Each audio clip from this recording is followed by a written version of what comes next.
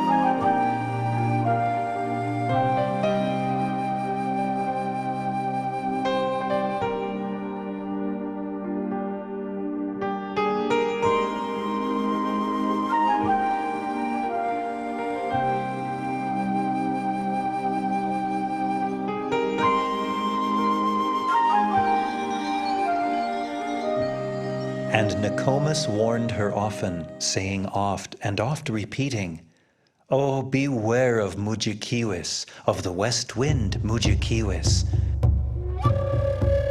Listen not to what he tells you, lie not down upon the meadow, stoop not down among the lilies, lest the west wind come and harm you."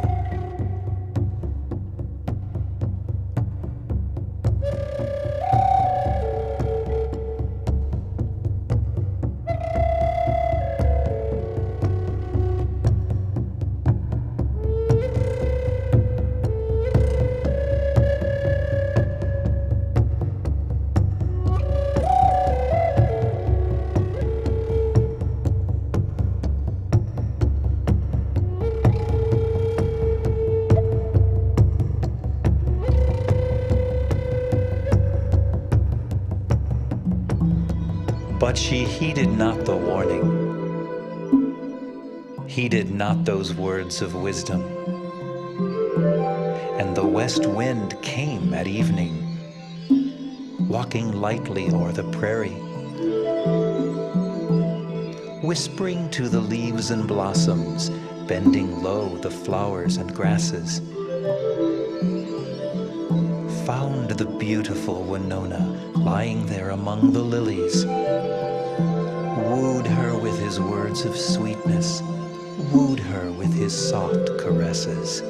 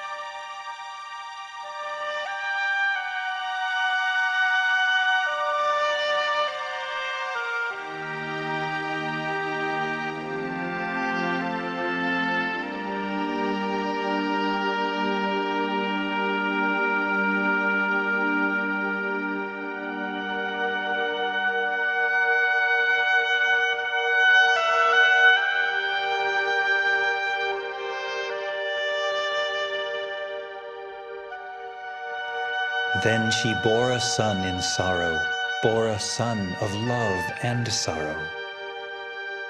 But the daughter of Nokomis, Hiawatha's gentle mother, in her anguish died deserted by the west wind, false and faithless, by the heartless MUDJEKEEWIS.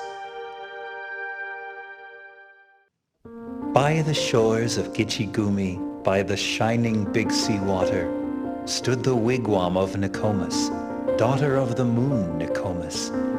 Dark behind it rose the forest, rose the black and gloomy pine trees, rose the firs with cones upon them. Bright before it beat the water, beat the clear and sunny water, beat the shining Big Sea water.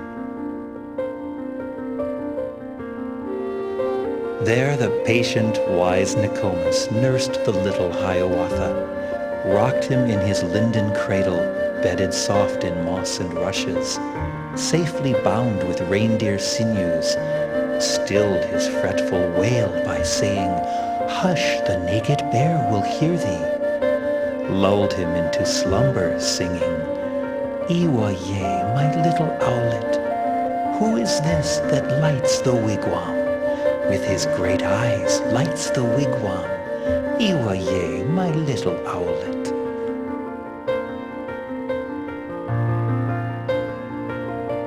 At the door on summer evenings sat the little Hiawatha, heard the whispering of the pine trees, heard the lapping of the waters, sounds of music, words of wonder.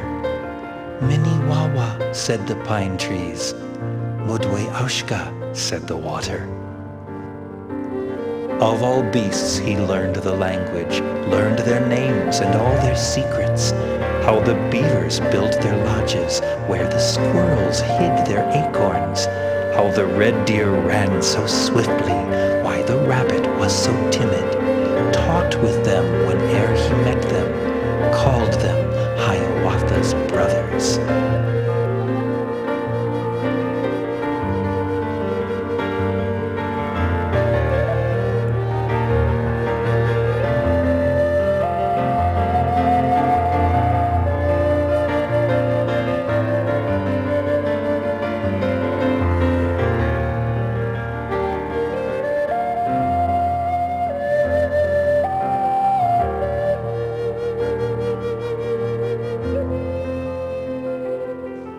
Saw the rainbow in the heaven, in the eastern sky the rainbow, whispered, "What is that, Nokomis?"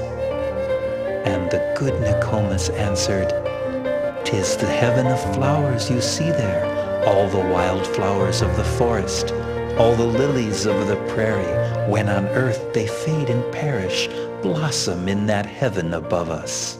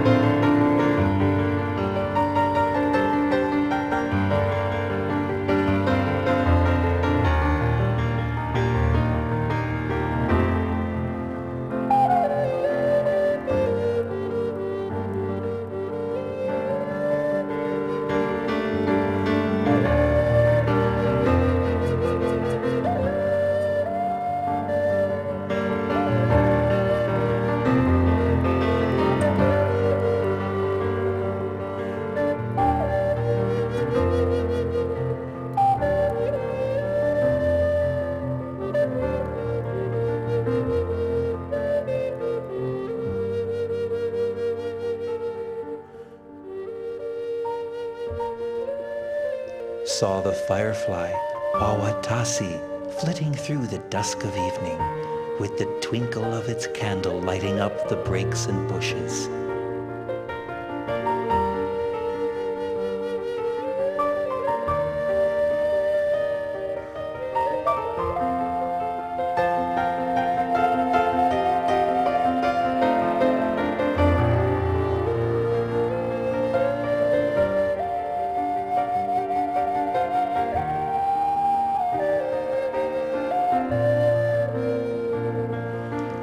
sang the song of children, sang the song Nokomis taught him. Wawatasi, little firefly, little dancing white fire creature, light me with your little candle, ere upon my bed I lay me, ere in sleep I close my eyelids.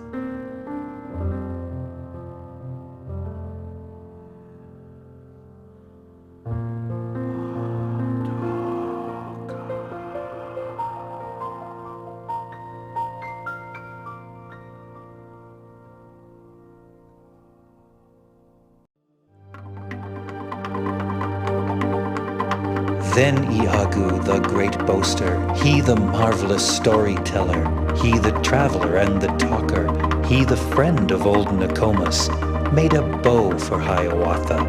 From a branch of ash he made it, from an oak bough made the arrows, tipped with flint and winged with feathers, and the cord he made of deerskin. Then he said to Hiawatha, "Go, my boy, into the forest, where the red deer herd together. Kill for us a deer with antlers."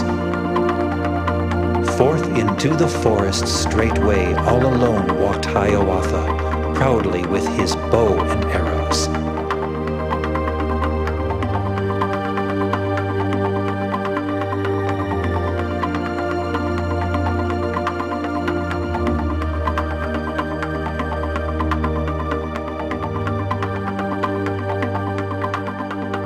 And the birds sang round him, o'er him, "Do not shoot us, Hiawatha," sang the robin, the opeechee, sang the bluebird, the owassa, "Do not shoot us, Hiawatha."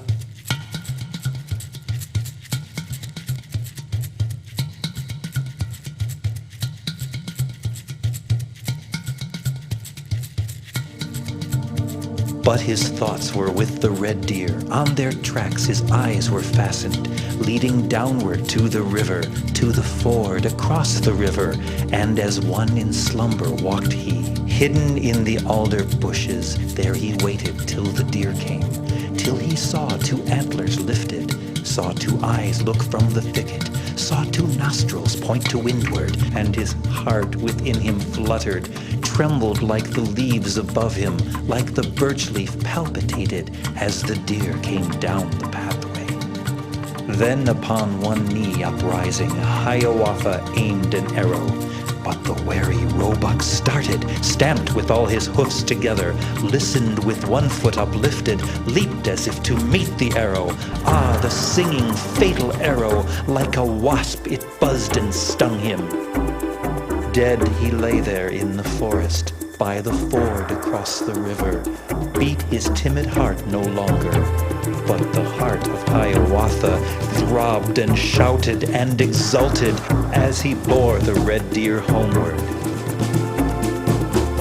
And Iagu and Nokomis hailed his coming with applauses, called him Strongheart, Songitaha, called him Loonheart, Mangotasi.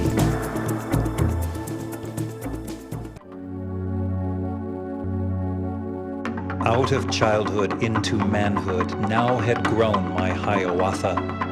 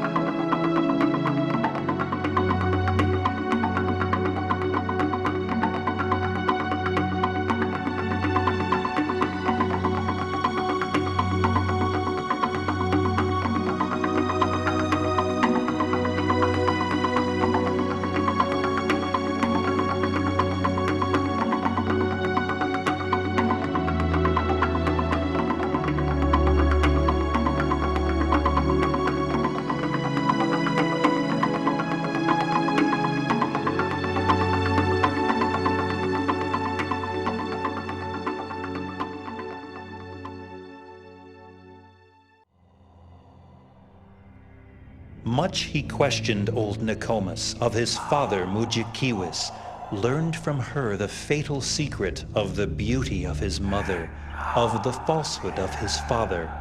and his heart was hot within him, like a living coal his heart was. Then he said to old Nokomis, I will go to MUDJEKEEWIS, see how fares it with my father, at the doorways of the west wind, at the portals of the sunset. Go not forth, O Hiawatha, warning said the old Nokomis, to the kingdom of the west wind, to the realms of MUDJEKEEWIS, lest he harm you with his magic, lest he kill you with his cunning.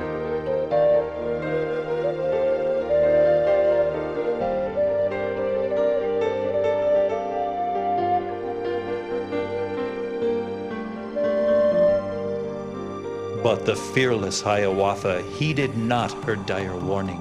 Forth he strode into the forest. Lurid seemed the sky above him, lurid seemed the earth beneath him. Hot and close the air around him, for his heart was hot within him, like a living coal his heart was. So he journeyed westward, westward, left the fleetest deer behind him, left the antelope and bison, crossed the rushing Escanaba and the mighty Mississippi. Only once his pace he slackened, where the falls of Minnehaha flash and gleam among the oak trees, laugh and leap into the valley. There he paused to purchase arrows of the ancient arrow maker.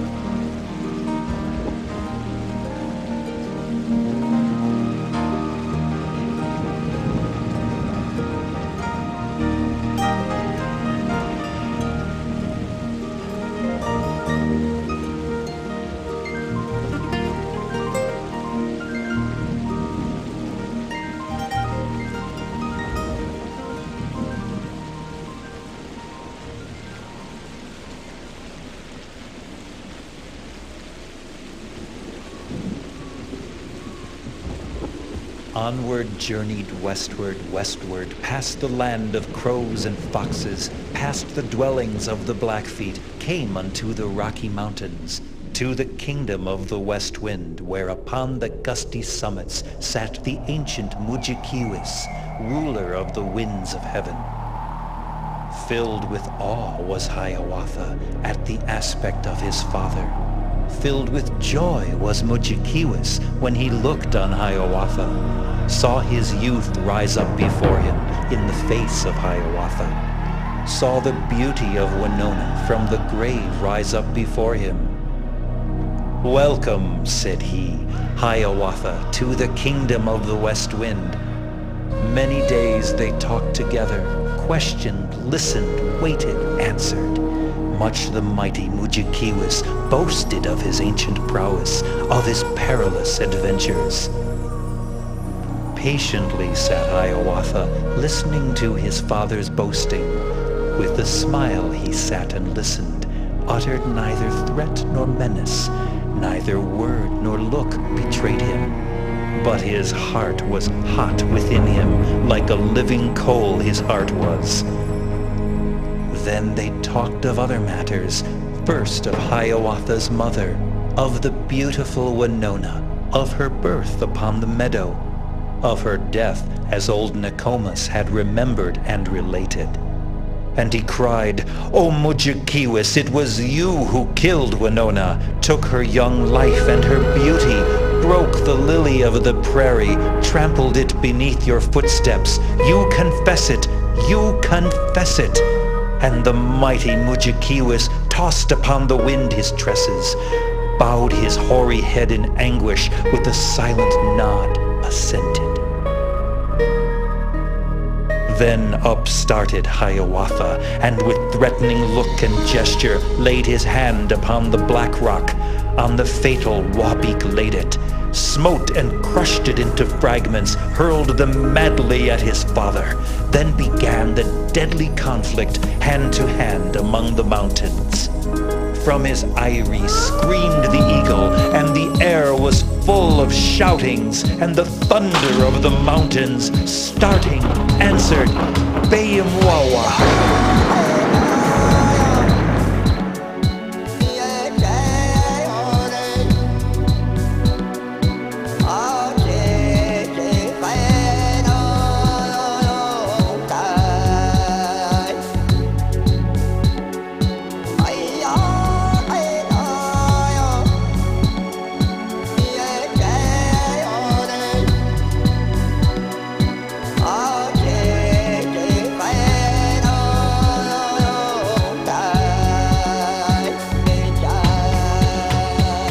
Retreated MUDJEKEEWIS, rushing westward o'er the mountains. 3 whole days retreated, fighting, still pursued by Hiawatha.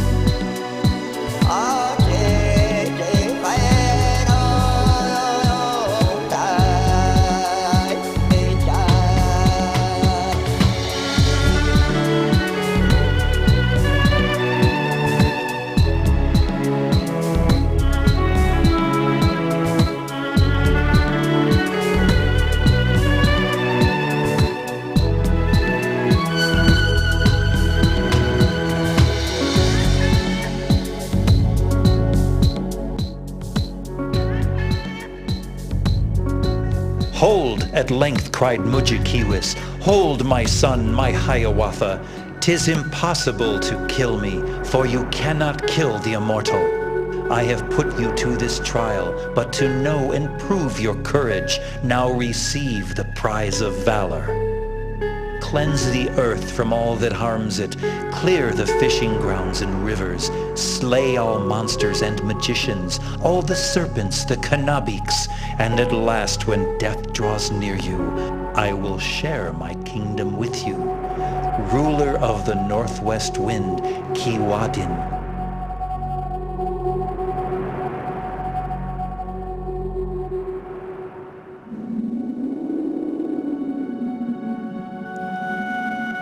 As unto the bow the cord is, so unto the man is woman.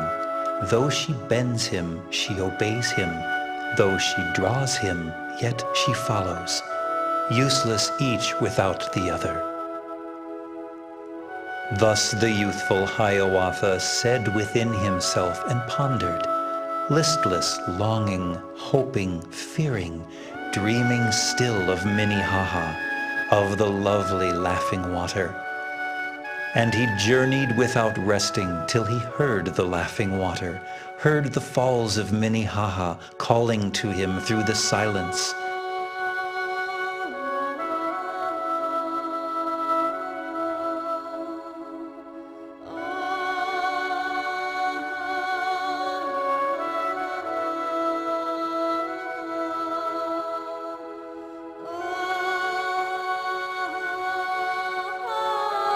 At the doorway of his teepee sat the ancient arrow-maker. At his side in all her beauty sat the lovely Minnehaha, sat his daughter, Laughing Water. Of the past the old man's thoughts were, and the maidens of the future. He was thinking as he sat there of the days when with such arrows he had struck the deer and bison on the muscadet, the meadow. She was thinking of a hunter from another tribe and country, young and tall and very handsome, who one morning in the springtime came to buy her father's arrows. Would he come again for arrows to the falls of Minnehaha? Through their thoughts they heard a footstep, heard a rustling in the branches. Suddenly from out the woodlands Hiawatha stood before them. Straight the ancient arrow-maker looked up gravely from his labor, bade him enter at the doorway, saying as he rose to meet him, "You are welcome, Hiawatha." Then continued Hiawatha, "After many years of warfare, many years of strife and bloodshed, there is peace between the Ojibways and the tribe of the Dakotas. That this peace may last forever, give me as my wife this maiden, Minnehaha, Laughing Water."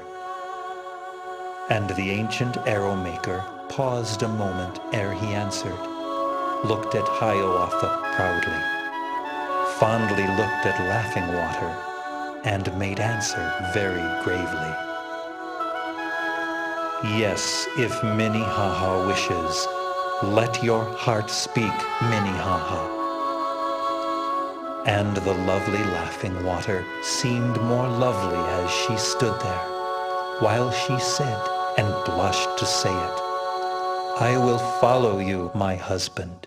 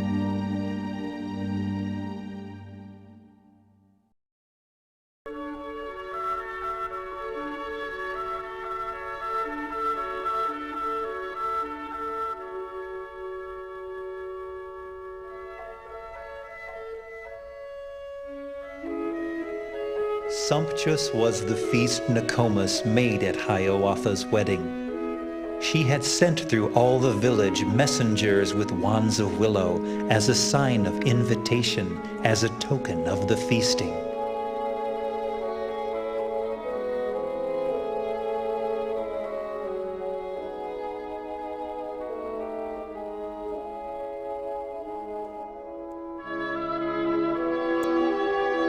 And the wedding guests assembled, clad in all their richest raiment, robes of fur and belts of wampum, splendid with their paint and plumage, beautiful with beads and tassels.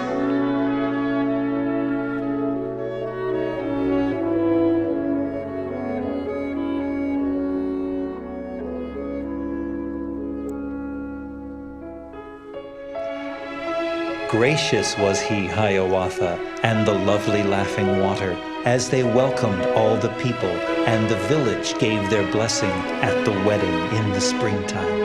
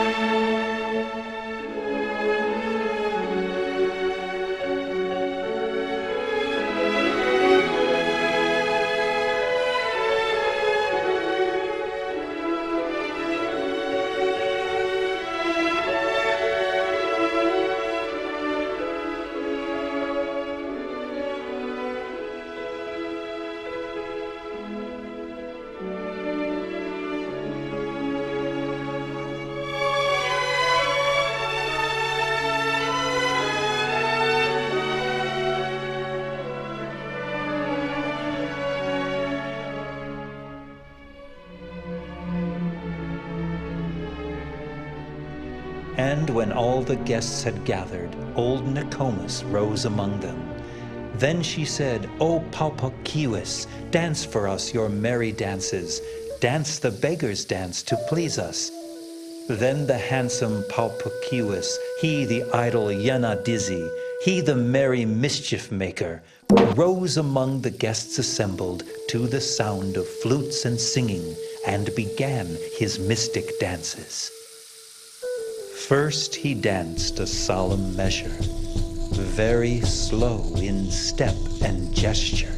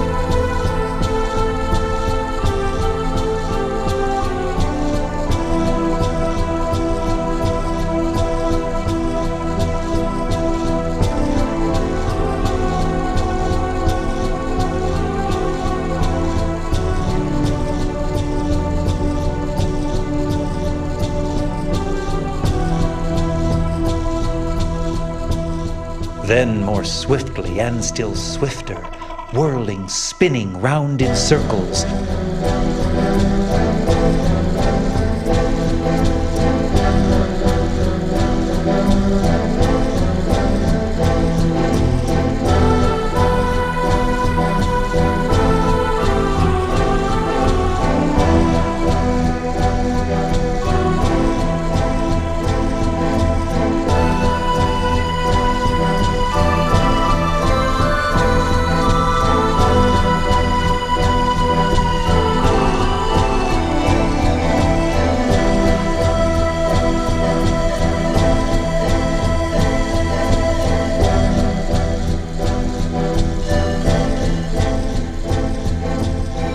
Then along the sandy margin of the lake, the big sea water, on he sped with frenzied gestures, stamped upon the sand and tossed it wildly in the air around him.